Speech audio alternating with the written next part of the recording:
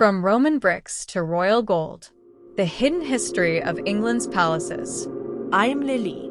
A little obsessed with dust on library shelves, and I carry a notebook that smells like old paper and tea. History isn't dead for me. It breathes in stone, whispers through keyholes, and hides in the way light falls across a Tudor window at 4 p.m. Come with me. I want to show you what England's builders left behind, and why their palaces still make my heart skip. Chapter 1. The First Footprint. When England learned to build. The story starts before palaces had velvet, before glass, before England was even called England. I was 11 when I first touched a Roman brick at Fishbourne Palace in Sussex. It was 43 AD when Emperor Claudius decided Britain needed straight roads and underfloor heating.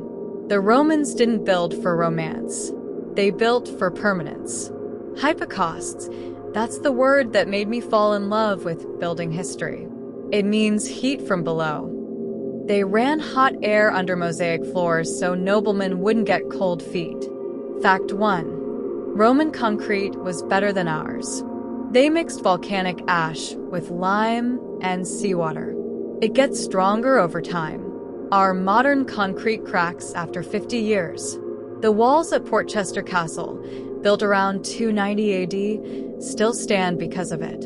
I ran my fingers over the pink aggregate last summer and thought, someone 1,700 years ago wanted this to last.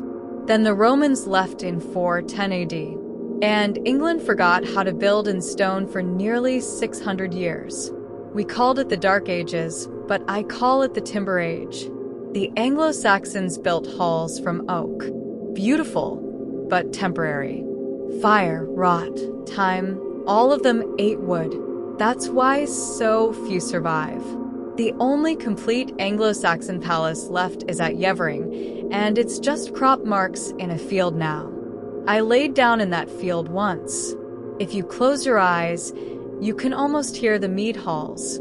Everything changed in 1066. William the Conqueror didn't just bring a crown. He brought Norman masonry. Chapter 2. The tower that started it all. The White Tower. London, 1078. I visited on a rainy Tuesday in February. Tourists were taking selfies, but I was looking at the stone. Limestone, shipped from Normandy. Each block was cut so precisely that 950 years later, you can't fit a knife blade between them. Fact 2. Norman builders invented the keep to scare people. The White Tower is 27 meters tall with walls 4 meters thick. It wasn't comfortable. It was a message. We are here. We are not leaving. But here's the twist. It was also beautiful. Rounded arches, chevron patterns, tiny St. John's Chapel inside with perfect acoustics. War and worship side by side. Norman masons worked in gangs of 8 to 12. One master, 7 cutters for carriers. They could raise 3 meters of wall per season. No power tools, just mallets, chisels, and a plumb line. I tried to lift a replica mason's hammer at the tower's exhibit. It weighed 6 kilograms. My arm hurt for 2 days. From 1070 to 1200, over 1,000 castles erupted across England. Not all became palaces. Most were muddy, cold, military shells. But they taught England one thing. Stone means power. Chapter 3. Gothic Ambition. When buildings learned to fly. January, age 16. My first trip to Wells Cathedral, not a palace, but the key to understanding them. I stood in the nave and forgot to breathe. The columns didn't just hold up the roof. They soared. This was the Gothic Revolution, 1180 to 1520. The secret? Pointed arches and flying buttresses. Romanesque arches were half circles, strong, but they pushed outward. Pointed arches channel weight down, not out. That meant walls could be thinner. Thinner walls meant bigger windows. Bigger windows meant stained glass. Suddenly, buildings were full of colored light. Fact 3. Palace builders stole cathedral technology. King Henry III saw Westminster Abbey being rebuilt and said, "I want that." So Westminster Palace got Gothic upgrades. By the 1200s, a royal palace wasn't just a fort. It was a stage set for God and King. I spent a week at Stokesay Castle in Shropshire.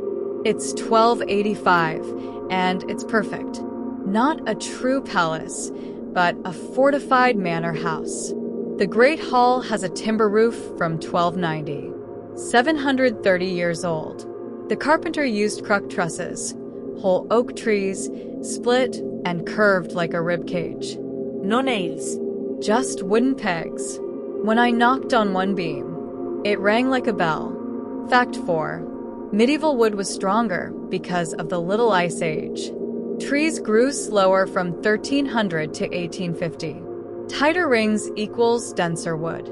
That's why 700-year-old roofs haven't collapsed. We can't replicate it now. Our trees grow too fast. Chapter 4. Tudor Drama, Brick, Glamour, and Chimneys. Then came the Tudors. 1485. Henry VII won at Bosworth Field, and England got rich. Really rich.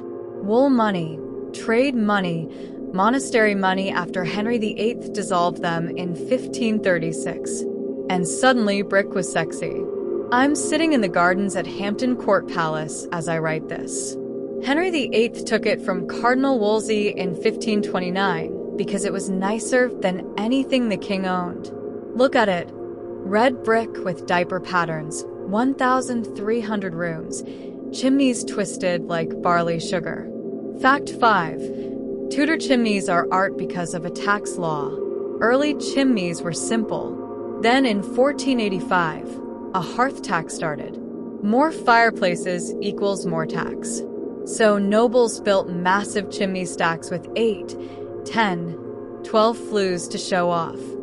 Look how many rooms I can afford to heat. Hampton Court has 241 chimneys. I counted. Tudor builders also gave us oriel windows, those little bay windows that jut out. They were status symbols. Glass was expensive. A huge window said, "I'm rich enough to heat the sky." Henry VIII's long gallery at Hampton Court was 73 meters of glass. In 1530, it must have felt like magic. But Tudor palaces weren't safe. They burned. Whitehall Palace, the largest in Europe with 1,500 rooms, burned down in 1698. A maid left laundry drying by a charcoal brazier. One spark. All gone. I stood at the banqueting house, the only bit left, and felt sick. Stone survives. Wood and cloth don't. Chapter 5. Stucco, Symmetry, and the Italian Dream. After the Tudors came the Stuarts, and with them, Inigo Jones. 1619. He went to Italy, saw Palladio's villas, and came back to England with a scandalous idea. Buildings should be symmetrical. Medieval palaces grew like coral. A hall added here, a tower there. Inigo Jones said no. He designed the Queen's house at Greenwich as a perfect cube. White. Balanced. No random turrets. People hated it. Too foreign. Too cold. I love it because it was brave. Fact 6. The Queen's house has England's first geometric staircase. The Tulip Stairs. It's a spiral with no central support. Each step holds up the next. For 400 years, architects thought it would collapse. It hasn't. I walked down it backwards because I couldn't stop staring up. Then Civil War. 1642 to 1651. Oliver Cromwell sold off royal palaces for scrap. Charles I was executed outside the banqueting house. For 11 years, England had no king. Palace building stopped. But the Restoration in 1660 brought Baroque. Drama. Curves. Gold. Think Blenheim Palace, 1705. A gift to the Duke of Marlborough for beating the French. It's 187 meters long. The architect, Vanbrugh, wasn't even trained. He was a playwright. So he built a palace like a theater set, massive, emotional, over the top. Fact 7. Blenheim's foundations are 2.4 meters deep because the land was a swamp. They drove 30,000 oak piles into the marsh. If you stand in the Great Court at dawn, you can feel the whole building breathe with the mist. I did. I cried a little. Chapter 6. Georgian Grace. When proportion was king. 1714, the Germans arrive. The House of Hanover. And England goes mad for Palladianism again, but calmer this time. Georgian palaces are my weakness. Not because they're flashy, because they're right. Every window lines up. Every room is a perfect ratio. Fact 8. Georgian architects used musical ratios. 1:1 for a square room, 3:4 for a rectangle, 3:5 for a gallery. They believed beauty was math. Buckingham Palace started as Buckingham House in 1703. Plain brick. Not impressive. It became a palace slowly, painfully, with John Nash slapping stucco on it in the 1820s. Nash was fired for going £700,000 over budget. That's £70 million today. I got to tour the staterooms last year. The thing that broke me? The floors. At Windsor Castle, the Georgian floors are pine boards 11 meters long. No joints. They don't make trees that big anymore. One room took 40 trees. Each tree 300 years old. That floor is a forest that died so kings could dance. Fact 9. Georgian sash windows changed England's health. Medieval windows didn't open much. Sash windows slid up. Fresh air equals less disease. Palace servants lived 10 years longer after 1750 because of a window design. I never look at a sash window the same way now. Chapter 7. Victorian Confidence, Gothic Revival and Indoor Plumbing. 1837, Queen Victoria. 18 years old. The British Empire covers 1/4 of the earth. And England decides, we're going to build like we own time. The Houses of Parliament burned down in 1834. The rebuild took 30 years. Charles Barry and Augustus Pugin chose Gothic Revival. Why? Because Gothic was English and Christian, not like that foreign neoclassical stuff. Fact 10. Big Ben's tower leans 0.26 degrees. Not because of bad building, because the London clay moves. Every palace in London sinks a little. The builders knew. They corrected for it as they went up. I lay on the grass in Parliament Square and tried to see the tilt. You can't, but it's there. Victorians gave palaces 2 gifts, comfort and terror. Comfort, Balmoral Castle, 1856. Prince Albert designed it himself. It has flushing toilets, central heating, gas lighting. Queen Victoria wrote, "It seems like fairyland." For the first time, a palace wasn't freezing. Terror. The Industrial Revolution meant palaces got dirty fast. Coal smoke turned white Portland stone black in 20 years. Servants spent 6 hours a day just cleaning soot. At Osborne House, they installed a smoke-burning furnace to fix it. It didn't work. I touched the balustrade at Osborne. My hand came away gray. 170 years of coal dust still there. Chapter 8. What the Stones Taught Me. I'm back home now. My notebook is full. My boots are muddy from Blenheim. Here's what I know. England's palaces aren't about kings.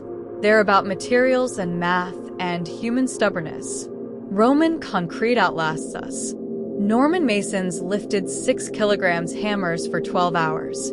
Gothic arches let light in because someone did geometry in 1200. Tudor bricks were fired by men who died at 35 from lung disease. Georgian ratios make your heart calm for reasons you don't understand. Victorian plumbing meant a queen could be warm. Fact 11. No palace built after 1900 will last 1,000 years. We build fast now. Steel rusts. Concrete spalls. The White Tower will be here in 3024. The Shard might not. Last thing. I was at Hampton Court at closing time. The last tourist left. A warden turned off the lights in the Great Hall. For 30 seconds, it was 1,530 again. Dark. Silent. Just wood that Henry VIII touched, and stone that and Bullen walked past. The stones remember. They remember fire and plague and coronations and servants who scrubbed them. They remember the man who cut them and the woman who designed the window. That's why I love them. Not because they're pretty, because they're proof. Proof that people 500 years ago cared enough to make something beautiful, even if it hurt. I'm Lily. I'll be at Kenilworth Castle next week. The ruins are red sandstone, and they glow at sunset. If you see a girl with a notebook, say hi. I'll tell you about the Elizabethan garden that vanished. But for now, go touch an old wall.